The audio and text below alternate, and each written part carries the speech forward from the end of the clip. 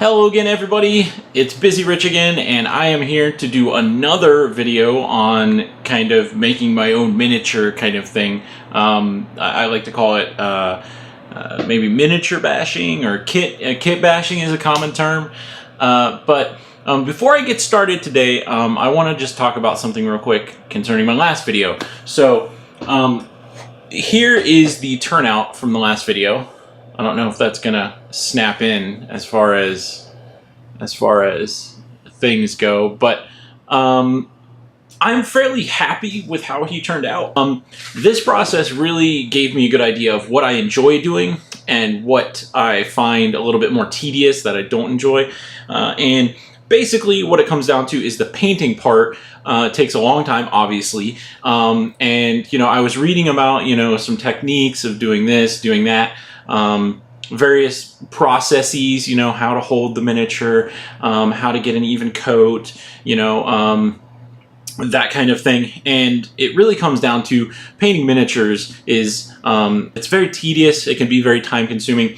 And what I want to do is I want to not only get videos, you know, to you as often as I can, but kind of come up with a process that I enjoy doing, and that passion can show through. The last thing I want is to not put out content just because I become complacent or bored or something like that. I'm gonna separate out the painting and the building part. So videos will now be me putting them together, you know, chopping up a couple of miniatures, putting them together, making something completely new and unique, priming them. But that part really helps me to see the figure as an entity rather than like a hodgepodge of lots of different things. So I'm going to keep that in the first video. So the first video is going to be kind of like gluing stuff together, you know, the process of kind of figuring out what I want to do.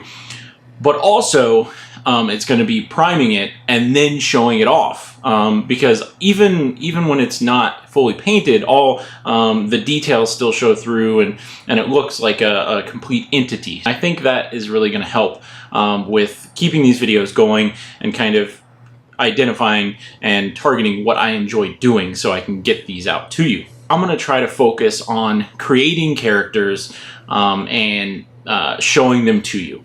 Another part of the process, I'm gonna put him back. Another part of the process I really like doing is I really like the process of coming up with characters and backstories and stuff like that. So I'm gonna keep that in the first video as well. So we're going to create and give an identity to the figures. I've secured a lot of figures. If you follow me on Twitter, you know I've secured quite a bit of figures from eBay and stuff like that.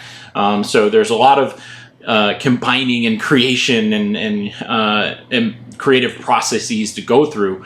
But today's video is going to be a different thing. Part of the process of me getting miniatures and stuff like that, I've actually ended up getting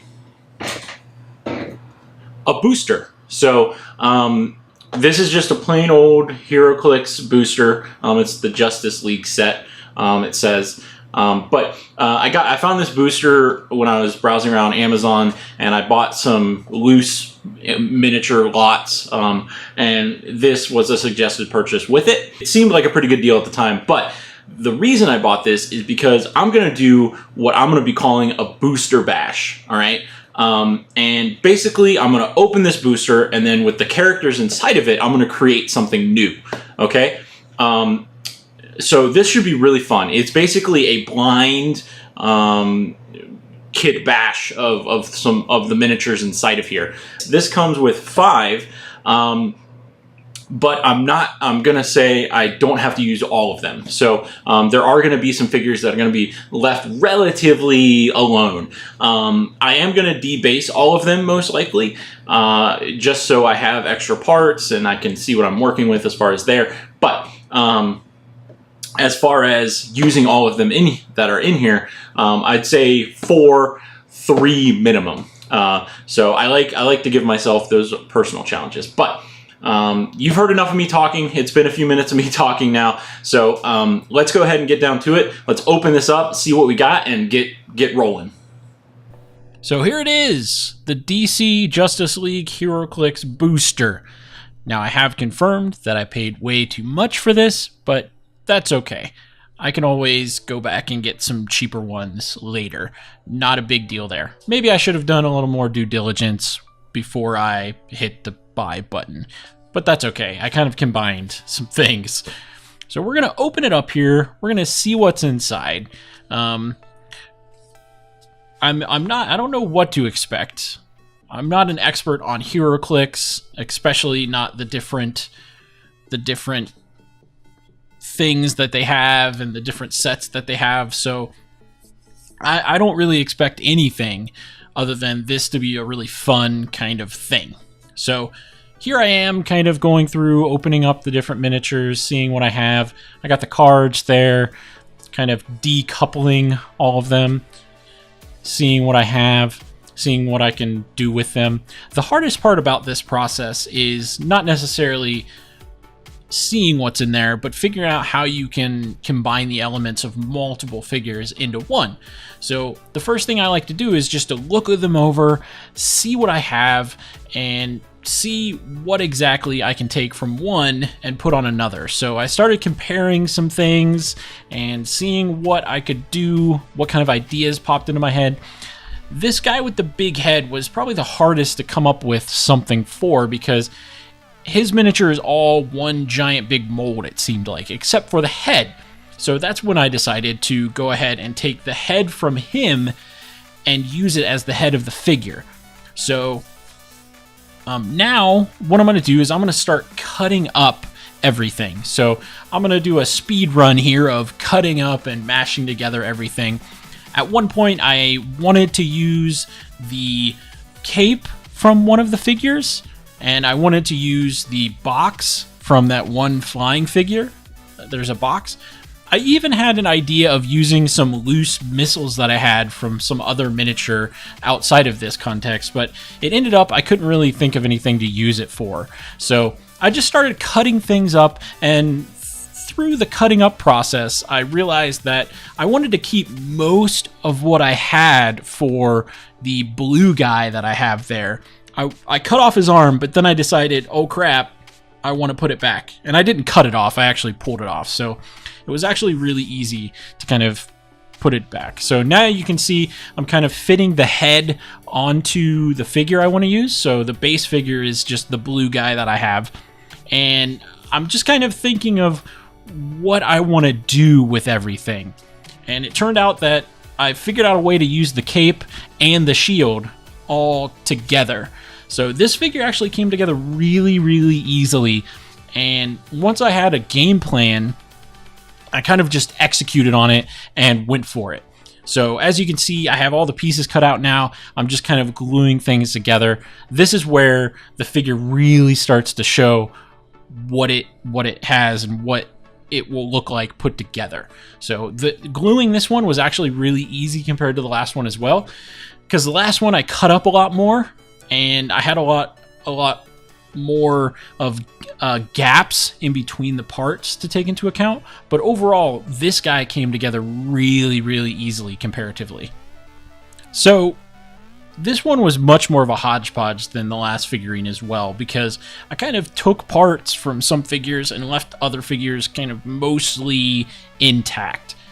I figured a big head would be kind of a unique feature, and the shield plus the little cape as kind of like a distraction or something like that, you know, kind of like a whew kind of thing, was a really good touch.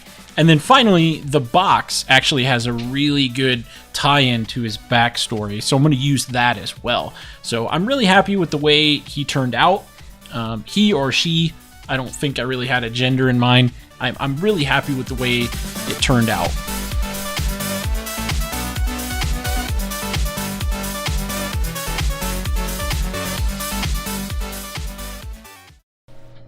Next, it's time to base coat. So I went with a lighter base coat this time, and you know, it's really just kind of painting it over. So I'm gonna get back to the music for you and let you just kind of enjoy the base coating.